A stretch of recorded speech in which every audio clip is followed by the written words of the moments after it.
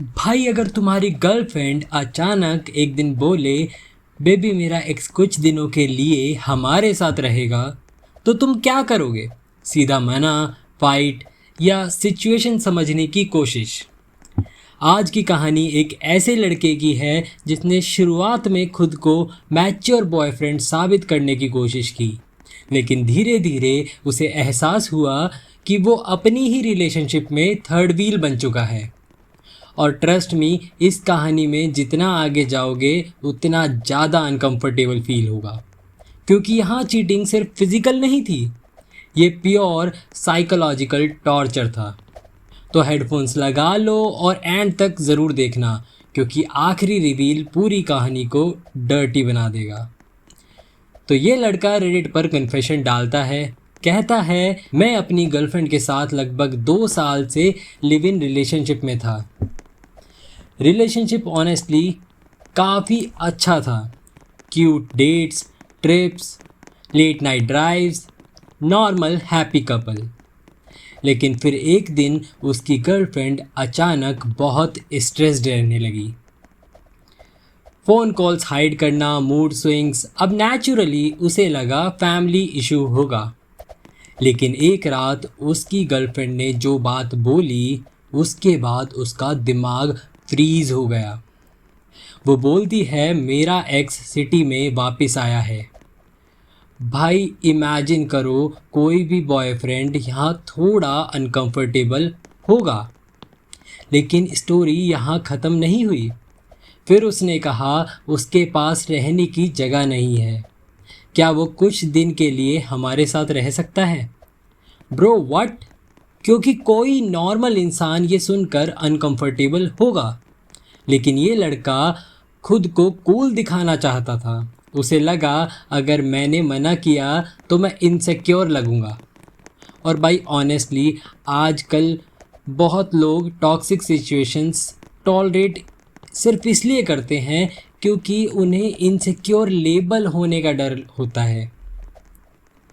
अब उसका एक्स घर में शिफ्ट हो जाता है, टॉल, कॉन्फिडेंट, ओवर फ्रेंडली। और सबसे वियर्ड चीज़, वो उसकी गर्लफ्रेंड को ऐसे ट्रीट कर रहा था जैसे वो अभी भी उसकी गर्लफ्रेंड हो। Nicknames, inside jokes, old memories. अब शुरुआत में ये लड़का खुद को समझाता है चिल ब्रो, मैच्योर बन। लेकिन धीरे धीरे चीज़ें अनकंफर्टेबल होने लगी। अब वो नोटिस करता है उसकी गर्लफ्रेंड सडनली ज़्यादा हैप्पी रहने लगी। एक्स के साथ लेट नाइट मूवीज़, किचन में प्राइवेट बातें, और सबसे डेंजरस चीज़, जब भी वो रूम में एंटर करता दोनों अचानक साइलेंट हो जाते। भाई ये साइलेंस बहुत लाउड होती है। अब उसका दिमाग लगातार सिग्नल पकड़ रहा था, लेकिन वो खुद को गैस लाइट कर रहा था। अब एक रात सिचुएशन बहुत ऑकवर्ड हो जाती है। तीनों साथ ड्रिंक कर रहे थे और उसका एक्स कैजुअली बोलता है ब्रो तू लकी है, she use to be obsessed with me. अब इमेजिन करो तुम्हारी खुद की गर्लफ्रेंड के सामने उसका एक्स ये बोल रहा है और वो हंस रही है। उस मोमेंट पर उसे पहली बार जेन्युइनली इंसल्ट फील हुई। लेकिन इससे भी बेकार अभी बाकी था। अब अगले कुछ दिनों में उसका एक्स लिटरली घर जैसा बिहेव करने लगा। उसकी हुडी पहनना, उसकी गर्लफ्रेंड के बेड साइड बैठना, और एक रात उसने कुछ ऐसा देखा जो उसके दिमाग में परमानेंटली बैठ गया। वो रात में पानी लेने उठा और लिविंग रूम में उसकी गर्लफ्रेंड अपनी एक्स के शोल्डर पर सो रही थी। अब टेक्निकली कुछ गलत नहीं था, लेकिन भाई कुछ चीज़ें टेक्निकली गलत नहीं होती, फिर भी रिलेशनशिप ख़त्म कर देती है। अब क्यूरियोसिटी पीक पर पहुंचती है, क्योंकि उस रात पहली बार उसने अपनी गर्लफ्रेंड का फ़ोन चेक किया, और भाई जो उसने देखा उसके बाद उसका दिमाग ही ख़राब हो गया।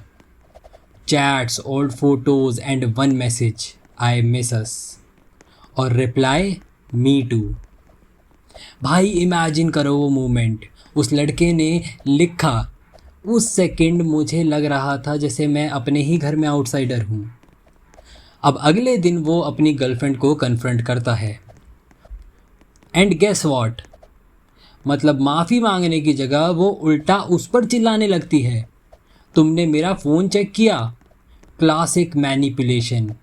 फिर उसने वो लाइन बोली जो हर टॉक्सिक इंसान बोलता है, you are overthinking. Bro, she texted I miss us. What overthinking. लेकिन भाई अब आता है सबसे डर्टी पार्ट। उस रात उसका एक्स उसके पास आता है और बोलता है, bro honestly she still loves me. अब इमेजिन करो उस डिसरिस्पेक्ट को, लेकिन नेक्स्ट लाइन इससे भी ज़्यादा बुरी थी। She is just scare to leave you because you are stable. भाई उस मूवमेंट पर उसे समझ आया वो प्यार नहीं था, वो तो बस एक बैकअप प्लान था। अब उस रात पूरा एटमॉस्फेयर टॉक्सिक था। उसकी गर्लफ्रेंड रो रही थी, एक्स एटीट्यूड दिखा रहा था और फाइनली उसने दोनों से सिर्फ एक चीज़ बोली, तुम दोनों एक दूसरे को डिज़र्व करते हो। अब उसी रात वो अपार्टमेंट छोड़कर चला गया, लेकिन स्टोरी यहाँ ख़त्म नहीं हुई।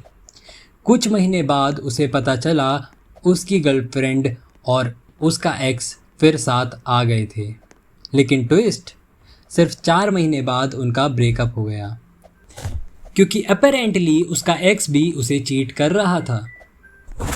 भाई ऑनेस्टली कर्मा कभी कभी नेटफ्लिक्स राइटर बन जाता है।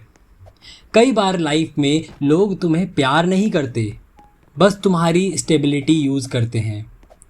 और सबसे डेंजरस सिचुएशन क्या है, जब कोई इंसान इमोशनली एक रिलेशनशिप में हो लेकिन मेंटली किसी और के साथ। इसलिए अगर तुम्हें बार बार डिसरिस्पेक्ट फील हो रही है तो चांसेस है प्रॉब्लम तुम्हारी ओवर थिंकिंग में नहीं, उनके बिहेवियर में है। अगर तुम ऐसी स्पाइसी, मैसी और डार्क रेडिट कन्फेशन स्टोरीज़ और चाहते हो तो चैनल सब्सक्राइब करो और वीडियो को लाइक ज़रूर करना। और कमेंट्स में बताना क्या तुम कभी अपने पार्टनर के एक्स के साथ सेम हाउस में रह सकते हो। ऑनेस्टली कल फिर मिलते हैं एक और कन्फेशन के साथ। Goodbye, take care, peace out.